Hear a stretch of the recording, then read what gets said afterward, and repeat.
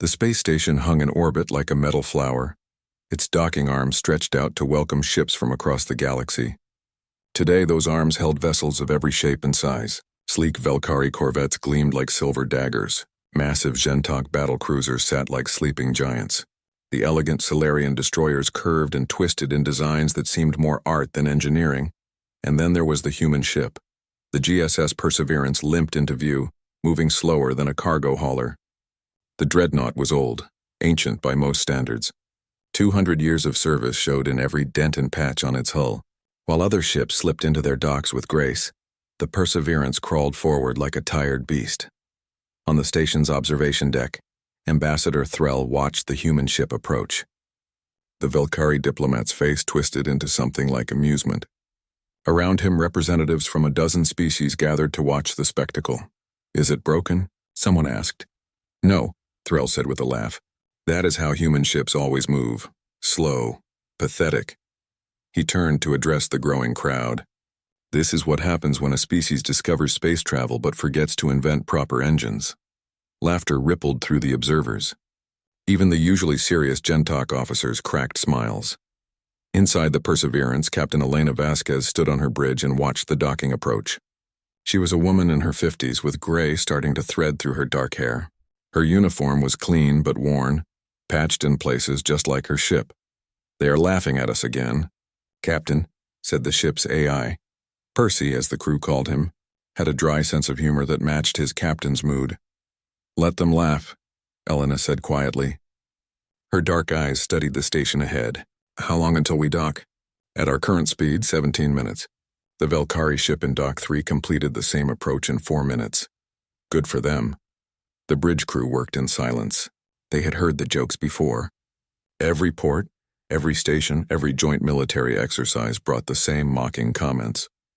The humans and their slow ships. The humans and their ancient vessels. The humans who thought they could play with the real military powers. Elena did not care about the jokes. She cared about her ship and her crew. The Perseverance had served humanity for 2 centuries. It had protected colonies, escorted transports, and kept the peace in a dozen systems. Speed was not everything. The ship finally docked with a heavy clang that made the entire station shudder. More laughter echoed through the observation areas. The Velkari ships barely made a sound when they docked.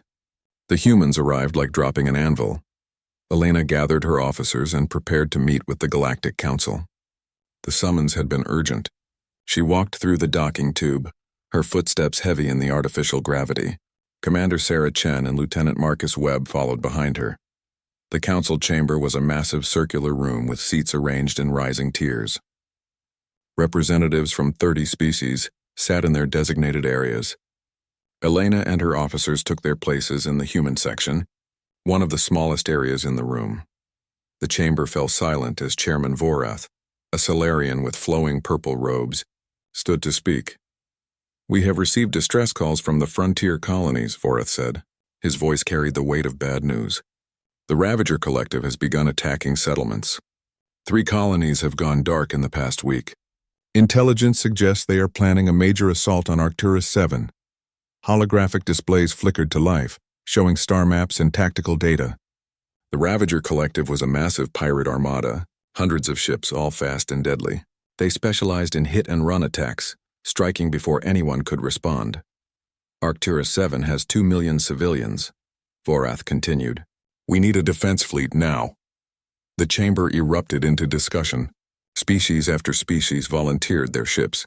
The Velkari offered their lightning-fast corvette squadron. The Gentok promised 3 battlecruisers. The Solarians committed their destroyer wing. Elena waited for the right moment, then stood. "Humanity offers the Perseverance." The chamber went silent for 3 seconds. Then someone laughed. Then someone else. Within moments, the entire room was filled with barely suppressed amusement. Ambassador Threll stood, his expression somewhere between pity and mockery. "Captain Vasquez, we appreciate the gesture, but this situation requires speed. The Ravagers could attack within days. Your ship..." He paused, choosing his words carefully. "Your ship would arrive weeks after the battle is over. Perhaps humanity should sit this one out." Other voices joined in agreement. The Velkari were being polite about it, but the message was clear. The humans and their slow ship were not needed. Commander Kethis, a scarred Gentok warrior, stood as well. The captain means well, but Threll is correct. This is not a battle for... He searched for a diplomatic word. Defensive vessels. Elena stood perfectly still, her face showing nothing. She had expected this. Sarah Chen beside her looked angry, but Marcus Webb simply shook his head. They had both been through this before. "We will be there," Elena said quietly. Her voice was calm, without anger or defensiveness. "The Perseverance will protect Arcturus 7. Threll spread his hands in a gesture of false sympathy. "Captain, at your ship's speed you would need 3 weeks to reach the frontier. The battle will be won or lost long before you arrive." "We will be there," Elena repeated. Chairman Vorath looked uncomfortable. "Captain Vasquez, perhaps your ship could serve better as a reserve force, or..." "We will be there," Elena said for the 3rd time. "Permission to depart immediately, Chairman." Vorath nodded slowly. "Granted.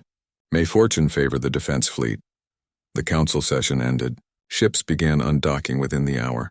The fast ships, the real warships, all departed with fanfare and ceremony. They jumped to faster-than-light speed and vanished, racing toward the frontier. The Perseverance undocked last. It pulled away from the station at its characteristic crawl, thrusters firing in steady, methodical bursts. On the observation deck, Threll watched it go. "Brave," he said to his aide. "Foolish but brave. They will arrive to find either victory or ashes." Inside the Perseverance, Elena returned to her bridge. The crew looked at her, waiting for orders. "Percy," she said calmly, "plot a course to Arcturus 7. "Course plotted, Captain. At standard cruising speed, we will arrive in 22 days. "Cancel standard cruising speed," Elena said. Her voice carried a hint of something cold. "Activate protocol sledgehammer." The bridge crew stopped what they were doing. Sarah Chen turned in her seat. "Captain, are you sure?" "They are laughing at us," Elena said. "They always laugh at us. They never ask the right question." "What question is that?" Marcus asked. Percy's voice answered from the ship's speakers. "They never ask why we built slow ships, Lieutenant." Elena sat in her command chair, her eyes on the view screen showing empty space ahead. "All hands prepare for full acceleration burn. Engineering, I want every non-essential system shut down. Reroute all power to engines and forward shields." Deep in the ship's belly, massive blast doors began to open. Crew members in powered exoskeletons moved heavy equipment into position. The Perseverance was not like other ships. Other species built light and fast. Humans had built heavy, very, very heavy. The ship's nose turned, aligning perfectly with a point in distant space. Then every engine ignited at once. Not for maneuvering. Not for gentle acceleration. For raw, brutal speed. The Perseverance began to move faster, then faster still. "They will understand soon enough," Elena said quietly. The old warship accelerated into the dark, building momentum with every passing second. The defense fleet arrived at Arcturus 7 in record time. 16 ships from 6 different species dropped out of faster-than-light travel, and immediately knew they were too late. The Ravagers were already there. Commander Kethis stood on the bridge of his battlecruiser and watched the tactical display with growing anger. Hundreds of small ships swarmed around the planet like angry insects. The colony's orbital defense platforms were already destroyed. Debris filled the space around the planet. "All ships, battle formation," Kethis ordered. "Velkari squadrons, engage the enemy fighters. Solarian destroyers, protect our flanks." We pushed through to the planet. The defense fleet moved forward. Immediately, the Ravagers attacked. It went badly from the start. The pirate ships were small and fast, much faster than anyone had expected. They darted between the defense fleet's ships like minnows around whales. The Velkari corvettes tried to target them, but the Ravagers were too quick. They would appear, fire, and vanish before anyone could shoot back. A Solarian destroyer exploded as 3 Ravager ships focused fire on its engines. The elegant vessel broke apart in a shower of metal and flame. "They are too fast," Ambassador Threll said from his corvette. His voice over the communications channel carried shock. "Our targeting systems cannot track them." Kethis gritted his teeth. "All ships switch to area suppression fire. If we cannot hit them directly, we fill space with shots," the fleet tried. Energy beams and missiles filled the space around Arcturus 7. Some Ravager ships were destroyed, but not enough. For every pirate ship that fell, 2 more appeared. Then the Ravagers revealed their true advantage. A dozen enemy ships vanished in flashes of distorted light. For 3 seconds, the defense fleet celebrated. Then those same ships appeared behind Kethys's battle cruiser. They had jumped using short, faster-than-light bursts, moving instantly from one point in space to another. "Shields aft," Kethys shouted, but the warning came too late. The Ravagers fired into his ship's engines. Explosions tore through the rear sections. The battle cruiser spun out of control, its main power failing. Across the battle space, the same tactic repeated. The Ravagers would micro-jump behind defense fleet ships, attack their weakest points, and vanish before retaliation came. It was a slaughter. By the 4th hour, 3 defense fleet ships were destroyed. 5 more were crippled and drifting. The survivors pulled back to a defensive position far from the planet. On the surface of Arcturus 7, 2 million people huddled in underground shelters. Above them, plasma fire from the Ravager ships began hitting the cities. Buildings collapsed. Fires spread. The colonists had nowhere to run. Ambassador Threll sat in his damaged Corvette and stared at the tactical display. His ship had taken hits to its port side. Half his crew was dead or injured. Around him, the remains of the defense fleet tried to regroup. "We need reinforcements," Threll said into the communications channel. His voice shook. "Anyone." "We cannot hold," a Gentok officer responded. "The nearest fleet is 4 days away." "We do not have 4 days," someone else spoke up. "What about the human ship? Could we recall them?" Threll wanted to laugh, but the sound died in his throat. "The Perseverance. Even if we sent for them now, they would arrive in 3 weeks. We will all be dead in 3 days." The channel fell silent. Everyone knew he was right. Far away, beyond the battle, beyond the system, the Perseverance moved through empty space. But it was not moving slowly anymore. On the bridge, Captain Vasquez studied the tactical projection that Percy displayed. The AI had been analyzing data from the distress signals and scout reports. Red lines showed predicted Ravager movements. Blue markers indicated the defense fleet's likely positions. "Ravager micro-jump patterns analyzed," Percy said in his calm voice. "Predicted combat zone established. Optimal intercept point calculated." Elena leaned forward.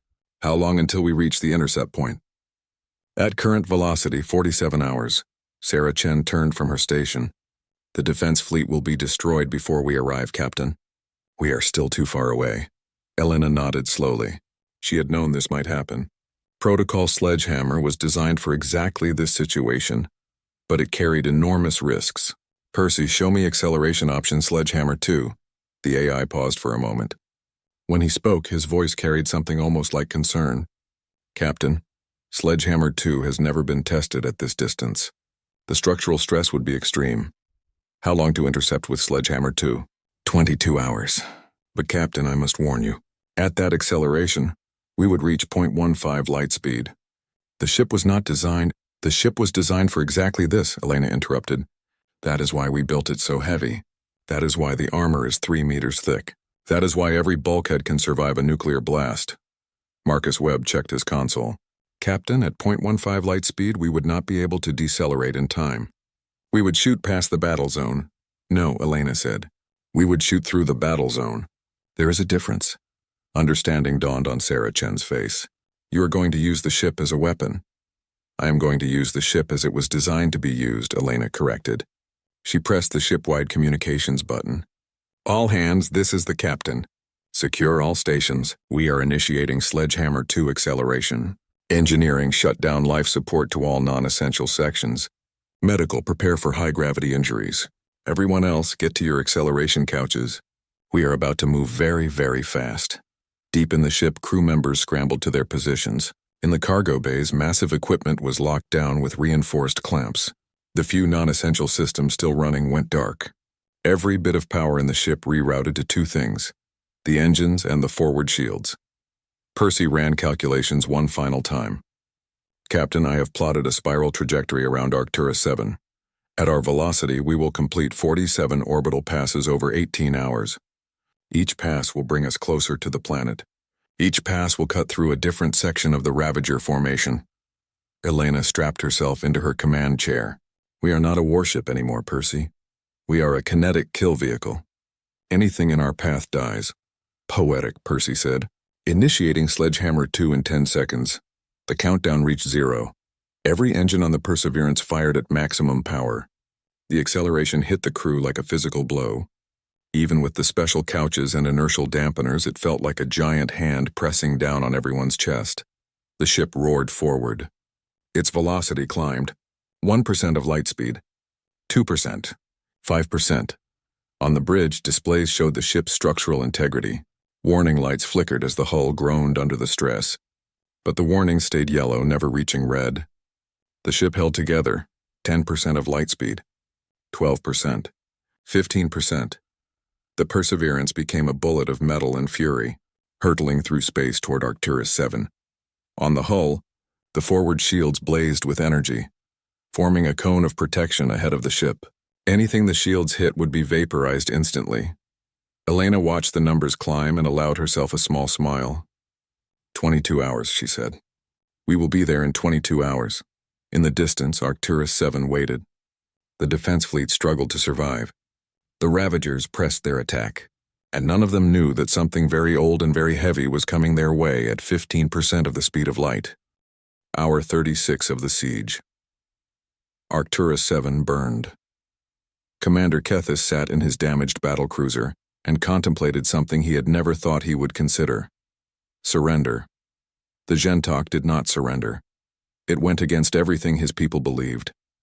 But he watched 8 ships, all that remained of the defense fleet, struggling to survive against hundreds of Ravagers, and he saw no other choice. The pirates had begun bombing the planet's surface. Entire cities were now smoking craters. The underground shelters would not hold much longer. Sir, his tactical officer said, I am detecting something on long-range sensors. Kethis barely looked up. Another Ravager group? No, sir. It is. I am not sure. The mass reading suggests a heavy cruiser or dreadnought, but the velocity is wrong. That got Kethis's attention. Wrong how?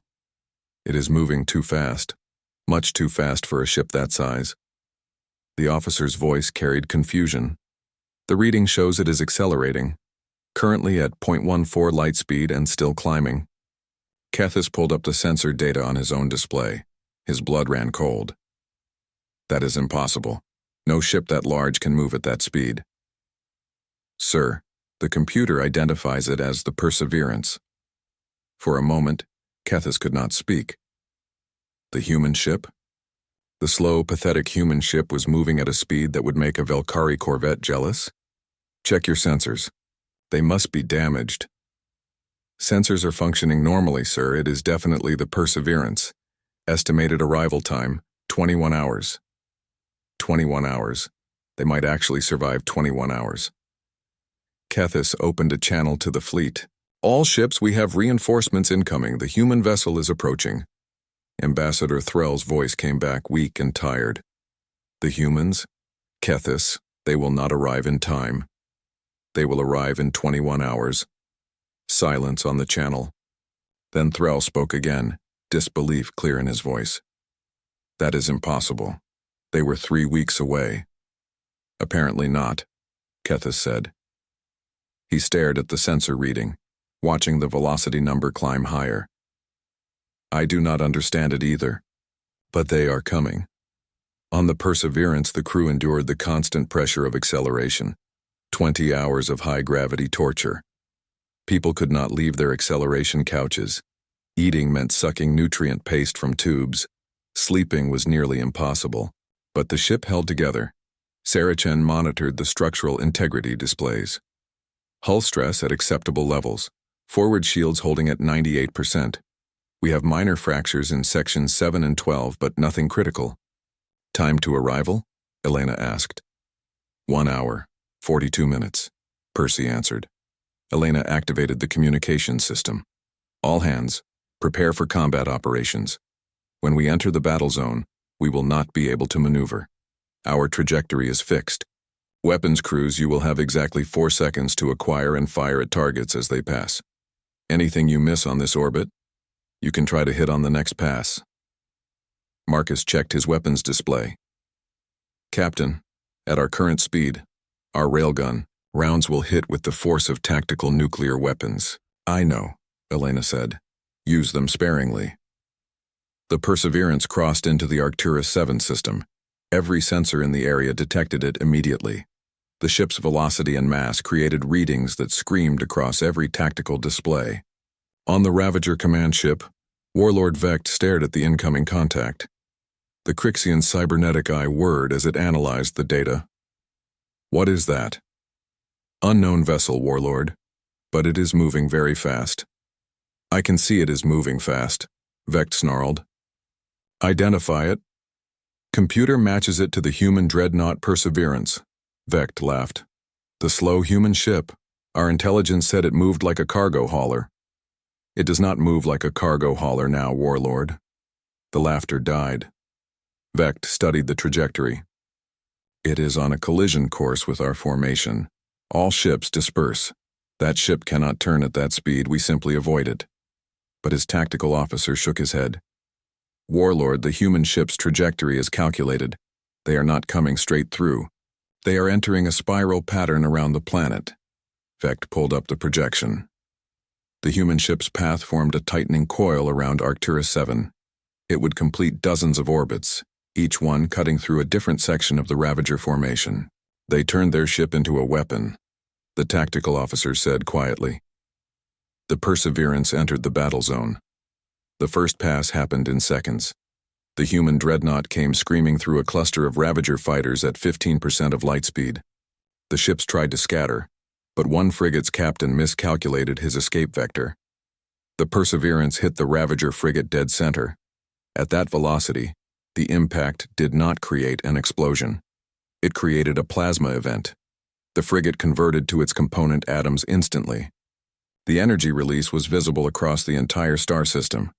A flash of light bright enough to hurt unshielded eyes, then a rapidly expanding cloud of superheated gas.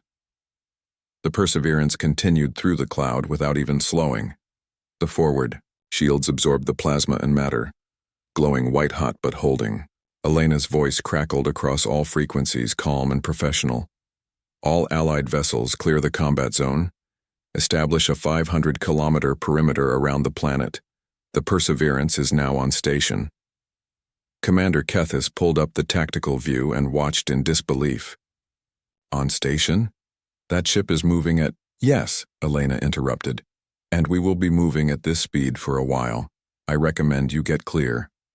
The Defense Fleet ships scrambled to retreat to a safe distance. The Ravagers, confused and disorganized, tried to understand what was happening. The Perseverance completed its first orbit and began the second. This time the Ravagers were ready, or they thought they were. Groups of pirate ships micro-jumped away from the human ship's path, but Percy had predicted their jump points. The core. Perseverance adjusted its trajectory by a fraction of a degree, just enough to intercept 3 Ravager corvettes as they exited their micro-jump. The corvettes materialized directly in front of the human dreadnought. They had no time to react. The Perseverance's forward shields hit them like the hand of an angry god. More plasma events, more flashes of light. 3rd orbit, 4th orbit, 5th. The Ravager formation began to break apart.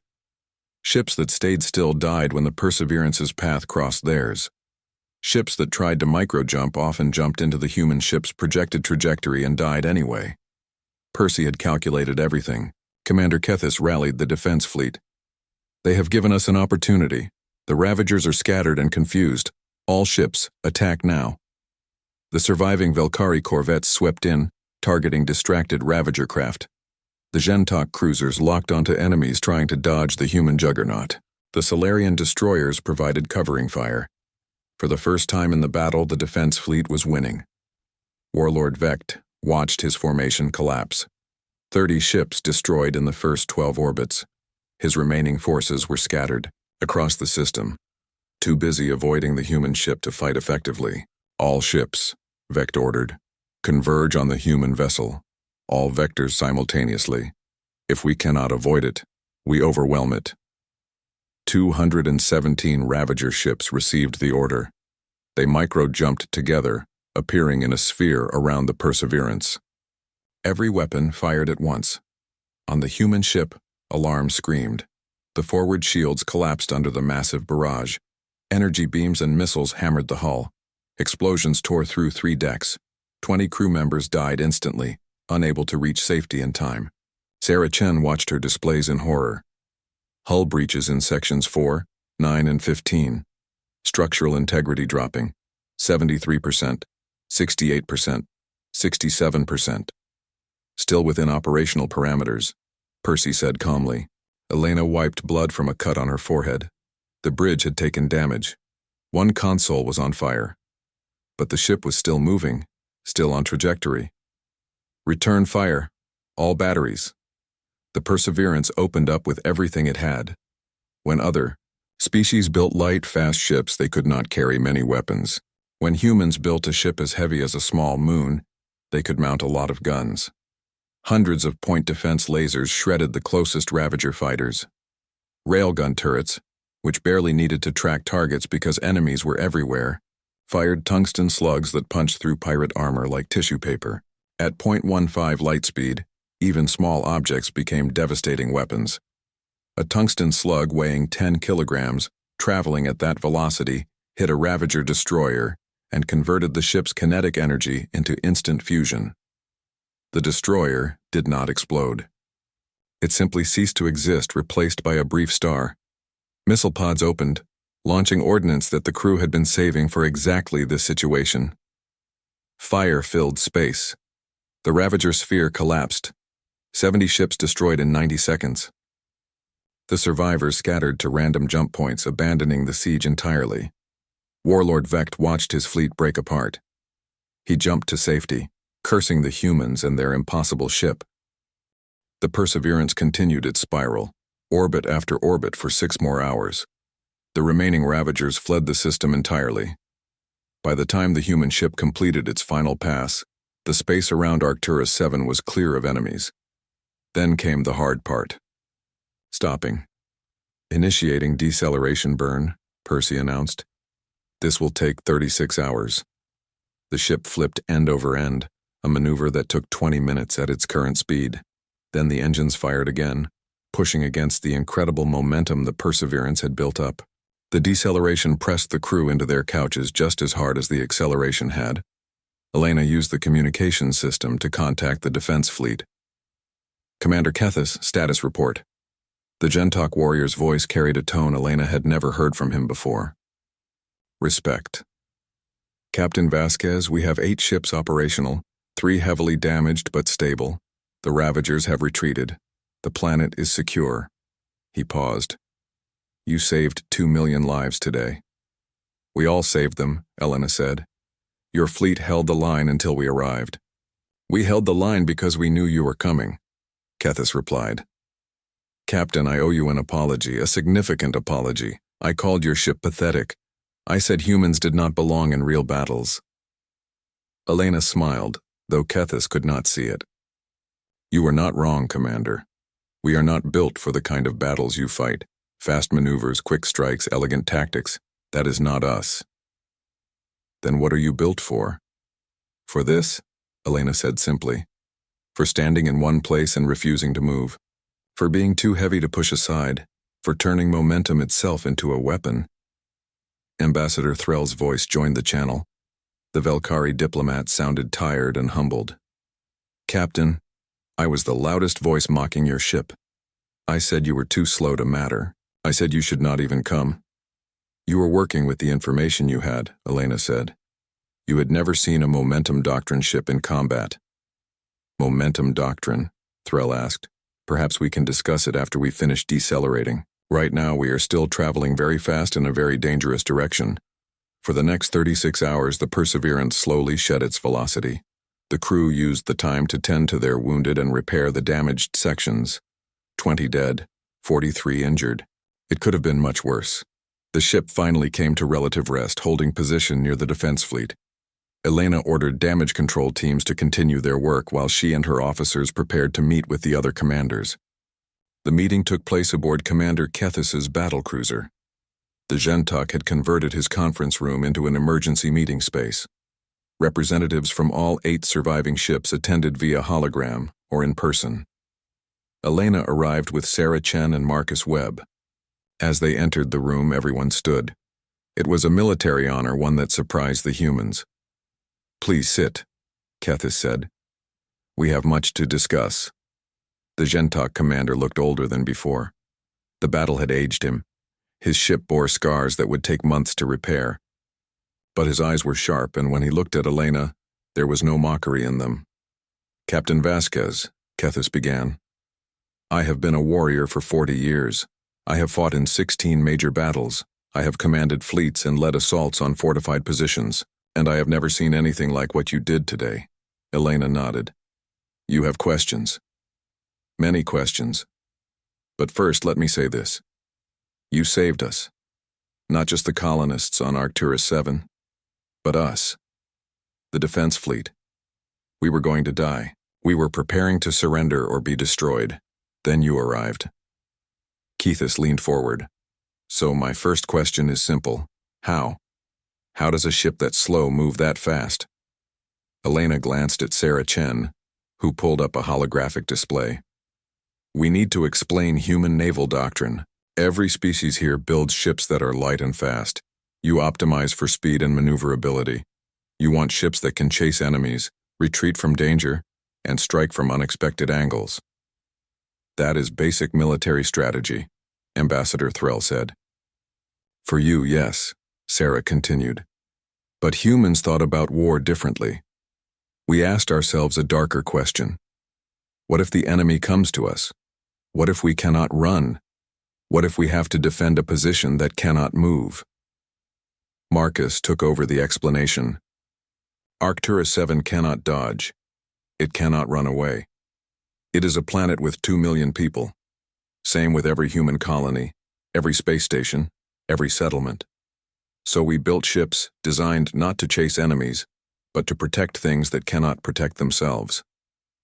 The hologram showed the Perseverance's design specifications. The other commanders stared at the numbers. "Your hull is 3 meters thick," a Solarian officer said in disbelief. "Our destroyers have hulls 20 centimeters thick." "Our entire ship is 30% armor by mass," Sarah confirmed. "Every bulkhead is reinforced. Every critical system has triple redundancy. We built the Perseverance to take damage and keep fighting." "But the speed," Kethis insisted. "Even with your heavy armor, you moved faster than any ship that size should be able to move." Elena smiled. "That is the interesting part. Commander, what happens when you push a light object? It moves quickly and easily. And what happens when you push a heavy object?" Kethis frowned. "It moves slowly. It takes more energy to accelerate." "True," Elena agreed. "But once that heavy object is moving, what happens?" Understanding dawned on the Gentok's face. "It is very difficult to stop." "Momentum," Percy's voice said from the holographic display. The AI had joined the meeting. "Mass multiplied by velocity. A light ship can accelerate quickly, but it also has low momentum. A heavy ship accelerates slowly, but once it reaches high velocity, its momentum is enormous." Sarah pulled up physics equations. "The Perseverance. Mass is 4 times what your average cruiser mass is. When we accelerate to the same velocity as your ships, we carry 4 times the momentum. When we accelerate to higher velocities, the momentum becomes devastating. But you cannot turn," a Velkari officer pointed out. "At those speeds, with that mass, changing direction would tear your ship apart." "Correct," Elena said. "We cannot turn. We cannot dodge. Once we commit to a trajectory, we are locked in. That is the trade-off. We sacrifice maneuverability for unstoppable momentum." Kethis sat back in his chair. "So you planned everything. You calculated where the battle would be, plotted a trajectory that would take you through the enemy formation, and then simply refused to deviate from that path." "The Ravagers could move," Marcus said. "We could not. They had to avoid us or die, and while they were busy avoiding us, your ships picked them apart." Ambassador Threll looked troubled. "But Captain, this is insanely dangerous. What if your calculations had been wrong? What if the battle had shifted to a different location? Then 2 million people would have died," Elena said bluntly. "And we would have learned from the mistake and adjusted our doctrine." She met Threll's eyes. "But the calculations were not wrong. We have been refining momentum doctrine for 200 years. We plan for every possible scenario. We run simulations constantly. We think in centuries and build for worst-case situations. That is the human way, Percy added. Long-term planning. Stubborn execution. Building something today that might not be needed for 50 years. A Solarian commander spoke up. But surely there are situations where your ships are useless. If the battle is mobile, if the enemy refuses to come to you. Then we lose, Elena admitted. Momentum doctrine has weaknesses. We cannot chase a fleeing enemy. We cannot win a war of maneuver. We are defensive specialists, she smiled. But when the battle comes to a fixed point in space, when there is something that must be defended at all costs, when the enemy has to come to us. She gestured at the tactical replay of the battle, still playing on the holographic display. That is when we excel. Kethis stood and walked to the viewport. Outside, the Perseverance hung in space, its hull scarred and burned, but still intact. I called your ship a relic, he said quietly. I said humans did not understand modern warfare. You were not entirely wrong, Elena said. We do not fight the way you fight. Our doctrine is different. Different, Kethis agreed. Not inferior, just different. He turned back to face her. Captain Vasquez, I have another question, the one I think matters most. Ask. What if you had been just a bit slower? What if the mathematics had not worked out perfectly? What if you had arrived 5 hours later? Elena considered the question seriously. Then we would have failed. 2 million people would be dead. The defense fleet would be destroyed, and humanity would have to face the fact that our doctrine needs revision. That does not bother you? It terrifies me, Elena said honestly. Every time we engage Protocol Sledgehammer, I am afraid the calculations will be wrong, that the ship will break apart from stress, that we will arrive too late, she paused. But the alternative is to do nothing.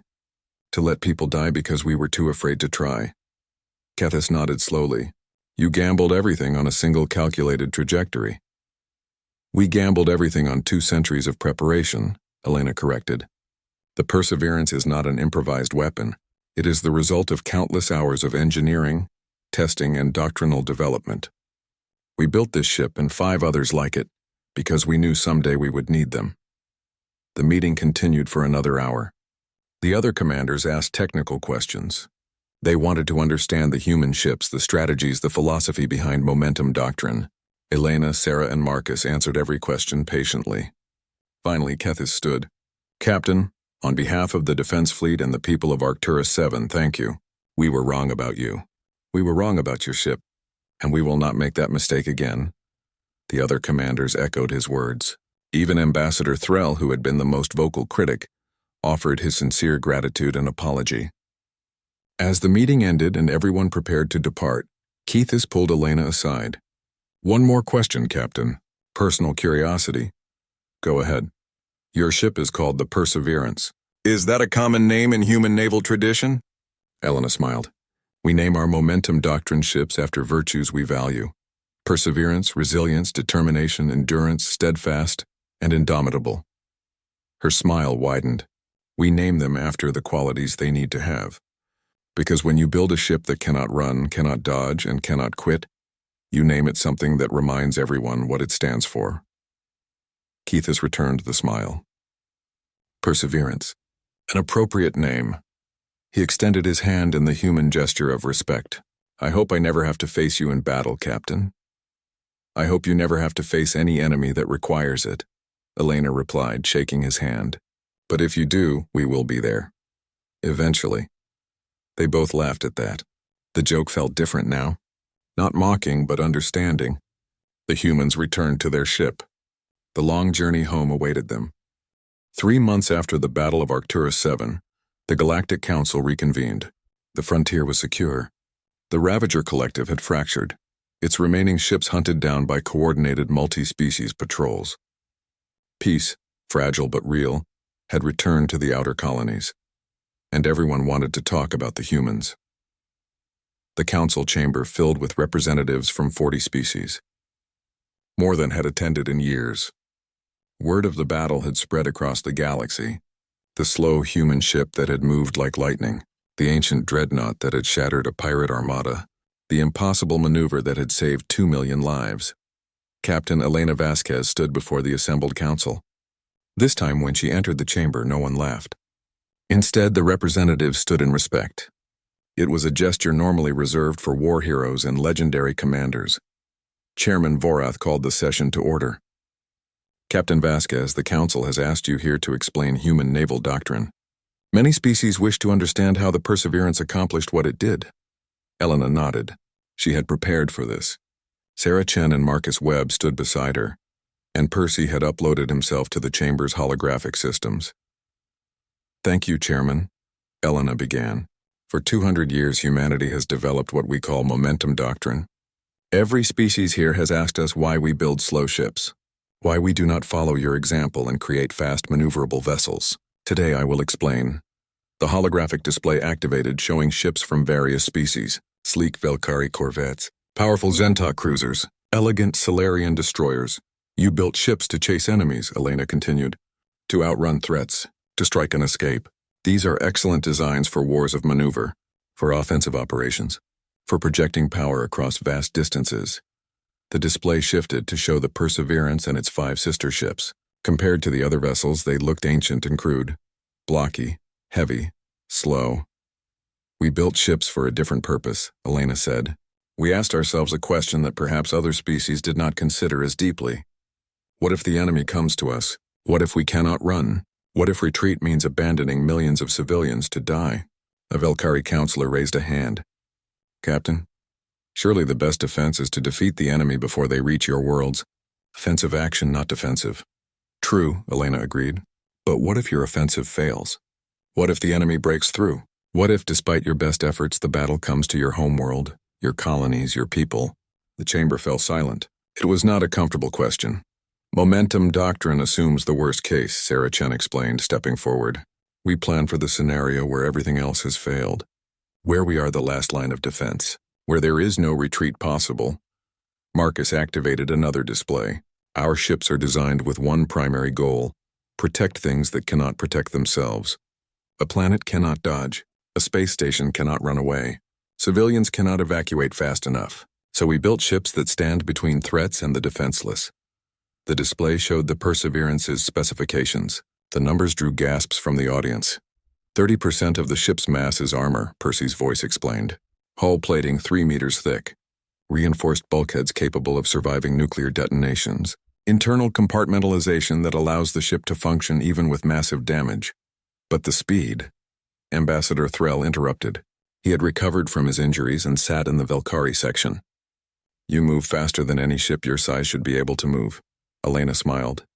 That is the heart of momentum doctrine, Ambassador. We accept that our ships are slow. We cannot outmaneuver anyone. But we realize that slowness only matters during acceleration. Once we reach high velocity, our mass becomes an advantage. The holographic display showed physics equations. Momentum equals mass times velocity, Sarah explained. A light ship can accelerate quickly but carries low momentum. A heavy ship accelerates slowly, but can build enormous momentum over time. Time being the critical factor, Marcus added. We need advance warning. We need to know where the battle will be. We need hours or days to accelerate. But once we are moving, Elena continued, we become very difficult to stop. At Arcturus 7, the Perseverance massed 4 times what a typical cruiser masses. When we reached 0.15 light speed, our momentum was catastrophic to anything in our path. Commander Kethis stood in the Gentok section. Captain, what you describe is not a ship. It is a guided asteroid. You turned your vessel into a kinetic weapon.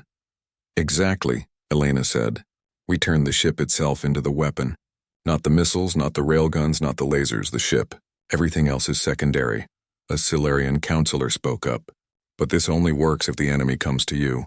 If the battle is at a predictable location, what about offensive operations? Wars of conquest? Mobile campaigns? We lose, Elena admitted bluntly. Momentum doctrine is defensive. We cannot chase a fleeing enemy. We cannot capture territory. We cannot project power across the galaxy. She paused. But we never wanted to do those things. Humanity is not interested in conquest. We want to protect what we have.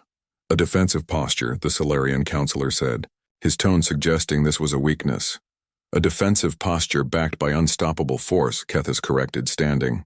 I fought against the Perseverance's tactics. I saw what happens when you try to attack something that heavy moving that fast. He gestured at the battle replay now playing on the holographic display. The Ravagers had numerical superiority. They had faster ships. They had microjump capability, and they were slaughtered because they could not avoid the human ship. Elena nodded her thanks to Kethis.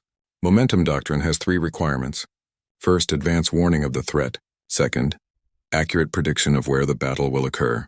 Third, enough time to accelerate.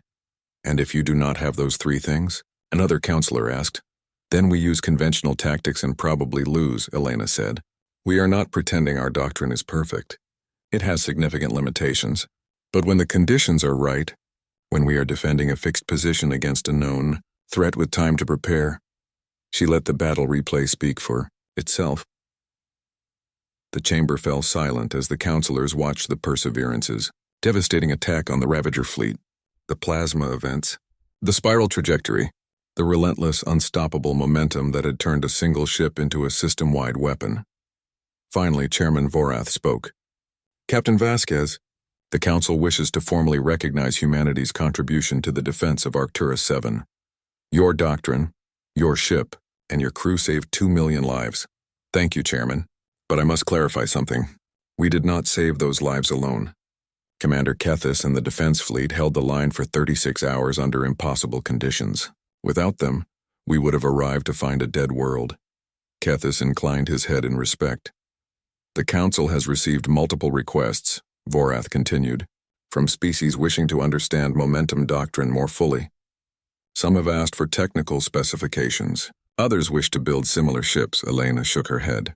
With respect, Chairman, we cannot share those specifications. Not because we wish to keep secrets, but because momentum doctrine requires a specific mindset. You must be willing to build ships that take decades to design and centuries to perfect. You must be willing to sacrifice offensive capability for defensive strength. You must be willing to look slow and weak and accept the mockery that comes with that. She looked around the chamber. Every species here builds ships that make sense for your cultures and goals. The Velkari value speed and elegance. The Gentok value power and direct confrontation. The Solarians value grace and precision. Momentum doctrine makes sense for humans because we value protection and perseverance.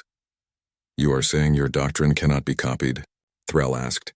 I am saying it should not be copied without understanding why we built it this way, Elena replied. But I am offering something else. A mutual defense pact. You bring your fast ships, your maneuverable fleets, your offensive capabilities. We bring our slow ships, our defensive strength, our unstoppable momentum. Together we cover each other's weaknesses. The chamber erupted in discussion. The counselors debated among themselves, species caucusing in small groups. Finally, Kethis stood. The Gentok support this pact. We have seen human defensive doctrine in action. We would be honored to have them as allies. One by one, other species joined. The Velkari, the Solarians, even smaller species that had remained neutral during the Arcturus 7 crisis. Chairman Vorath called for a formal vote. The pact passed with overwhelming support. As the session ended, Ambassador Threll approached Elena. The Velkari diplomat looked humbled. Captain, I owe you a personal apology. I called your ship a relic, a joke. I said humans did not understand modern warfare. You were not wrong, Ambassador. We do not fight modern wars the way you do. But you fight them effectively, Threll said.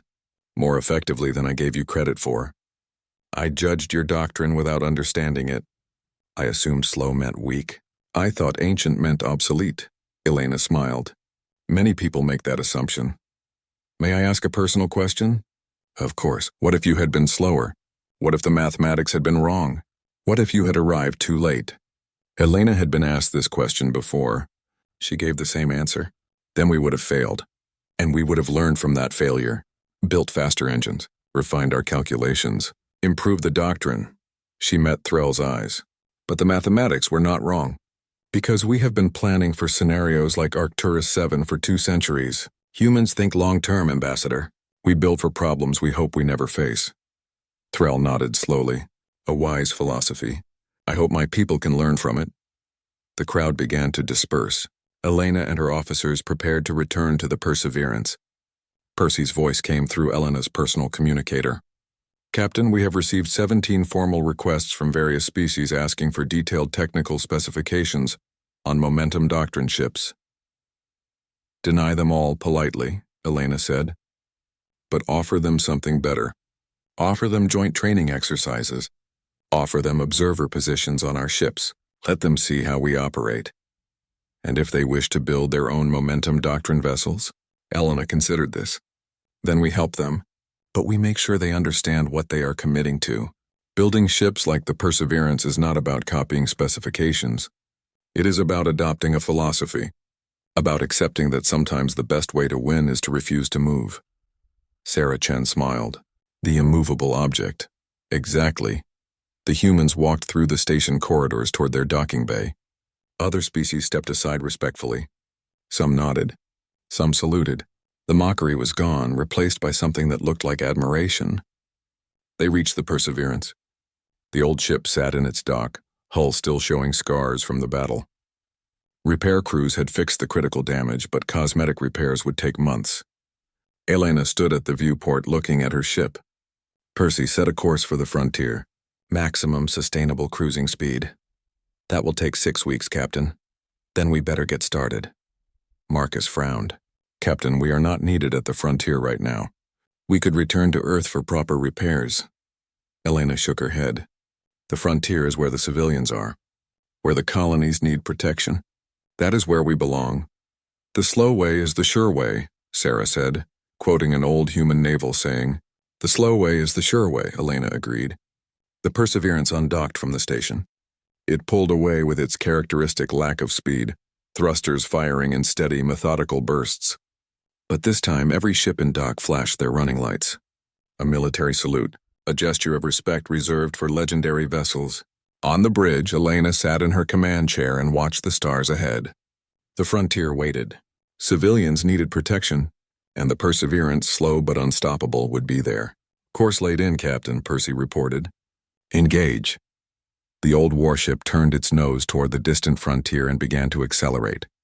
Not quickly, never quickly, but absolutely, completely, utterly unstoppable.